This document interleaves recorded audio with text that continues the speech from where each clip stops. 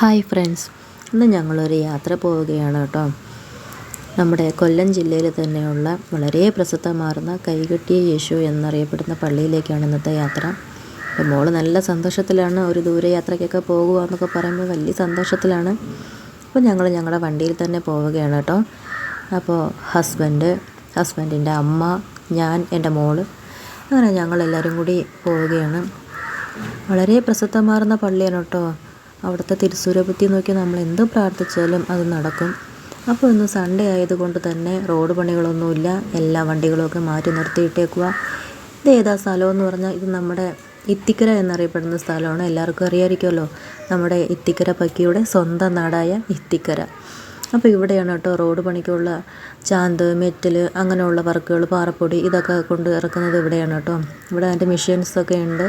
ഇവിടെ നിന്നാണ് അത് പല റോഡുകളിലേക്കായിട്ട് പോകുന്നത്. നമ്മുടെ ഇത്തിക്കര പാലമൊക്കെ മണ്ണിട്ട് നികത്തി വലിയ വീതിയിലിറക്കിയാണ്.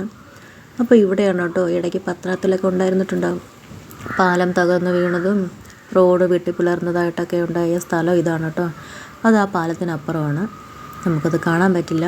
നമ്മൾ ഇതുവഴി പോകുന്ന സമയത്ത് അതൊന്ന് കാണണമെന്നൊക്കെ വിചാരിച്ച് വന്നതാണ്, പക്ഷേ കാണാൻ പറ്റിയില്ല കേട്ടോ. റോഡിനപ്പുറത്തല്ലേ, ഭാഗത്തത് കാണാൻ പറ്റില്ല. ഇതുവഴി എന്തായാലും വണ്ടിയെ കടത്തി വിടുന്നുണ്ട്. ഇതിന് മുന്നേ വണ്ടിയൊന്നും കടത്തി വിടുന്നുണ്ടായിരുന്നില്ല കേട്ടോ.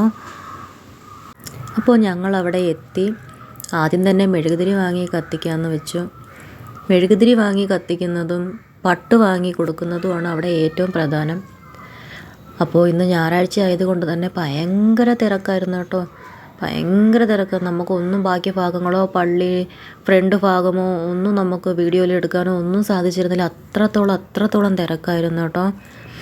അപ്പോൾ നമുക്കിപ്പോൾ ഒരു മെഴുകുതിരി കത്തിക്കുന്നതും അതും മാത്രമേ ഷൂട്ട് ചെയ്യാൻ കഴിഞ്ഞു.